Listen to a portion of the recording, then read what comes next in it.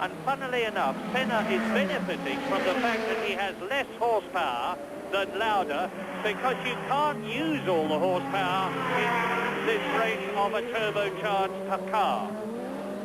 Well, certainly this is a terrific lift for the Tolman team.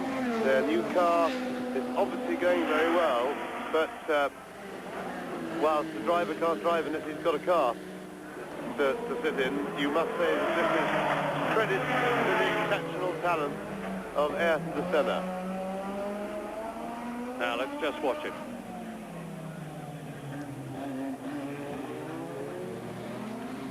On lap 18 in this 2-hour race, Prost is back in the lead with Mansell out of the race, and you see the battle developing now for second place between Niki Lauda there and Ayrton Grand Prix, and we're going to pick it up right where we left it so you won't miss a trick. I think we left it on lap 18. Nigel Mansell, unfortunately, had just spun off. Alain Prost had regained the lead.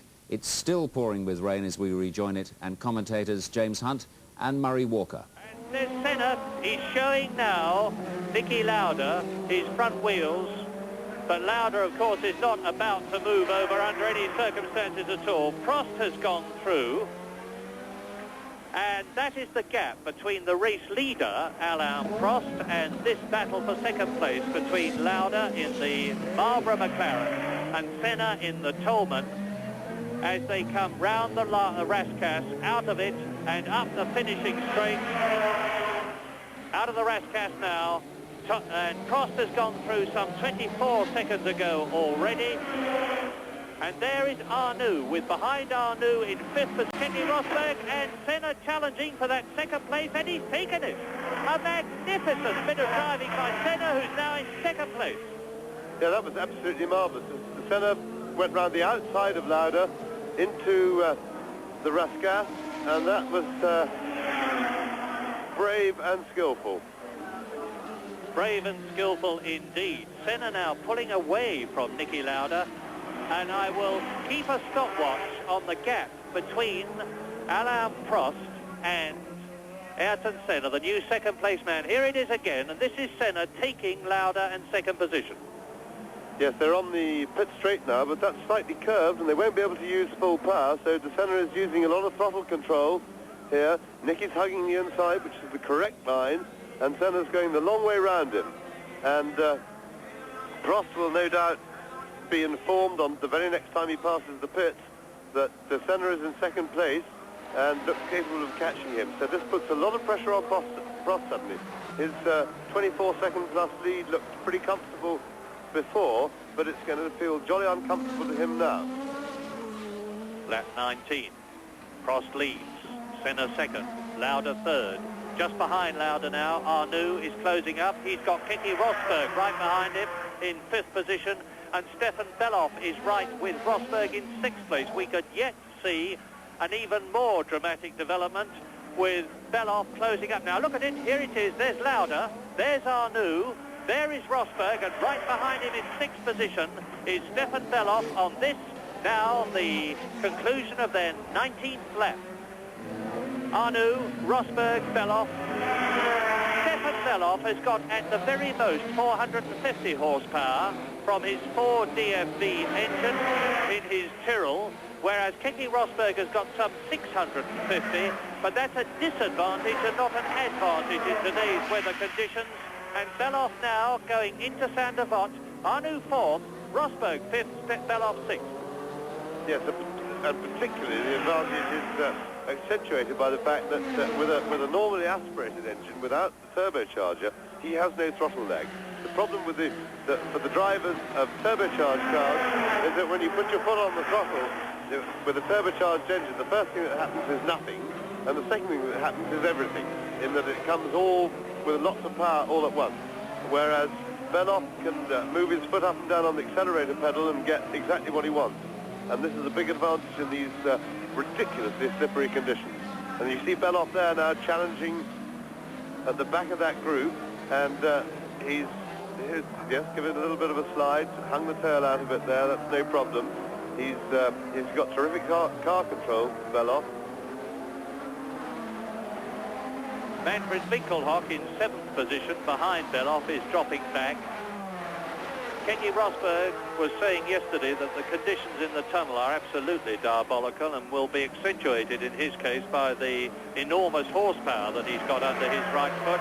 Beloff goes through in 6th position. There is Arnoux 4th, and you can see for yourselves how awful it is on that track. Just a solid ball of spray. Lauda 3rd, Arnoux 4th, Rosberg 5th, Beloff 6th, absolutely together on lap 21 as they come up to Patrese to lap him. And Riccardo Patrese is not exactly the best-known man in the Grand Prix world for moving over and letting you through, so we could see a telescoping of this battle between these 4 men going from 3rd to 6th positions. Arnoux, Beloff. They're paid a lot of money, and you see now why they earn it and how they earn it.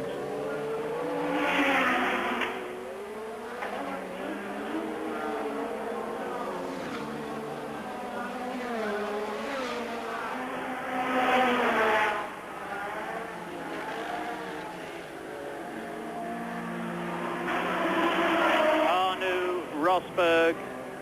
I'm glad to tell you, incidentally, that Patrick Tambay is all right. I thought he'd hurt his leg quite badly, but we've had the good news that Patrick Tambay is perfectly okay, as Lauda, who has got past Patrese, pulls away now, and Arnoux is going to try and take the Italian. There's Manfred Winkelhock in 7th position. This will give him a chance to close up.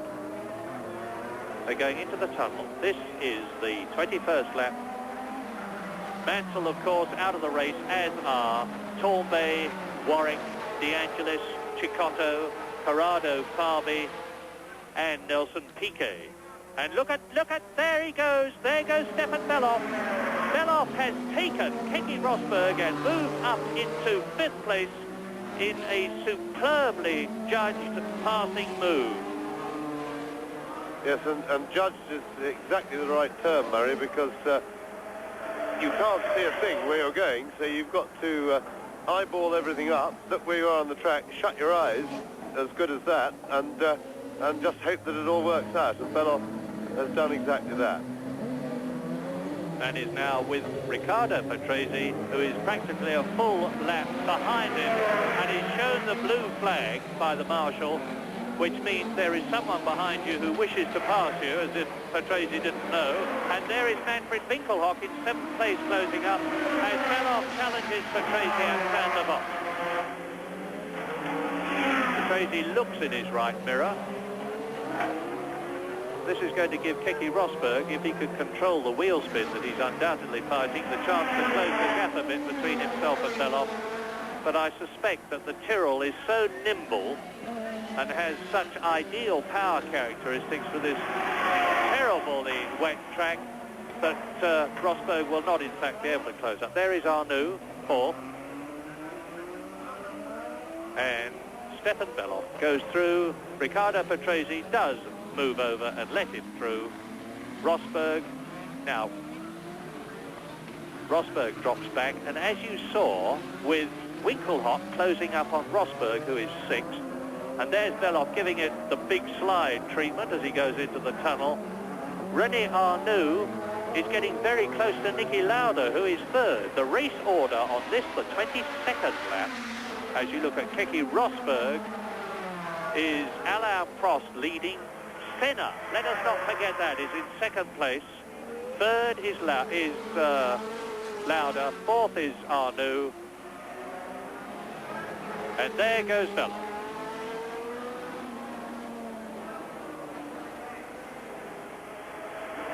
Arnoux, that's the gap between Arnoux and Beloff. You can see it visually. René Arnoux in 4th position, Stefan Beloff. There he is in 5th place, number 4. 26 years old. This is only his 6th Grand Prix, Stefan Beloff.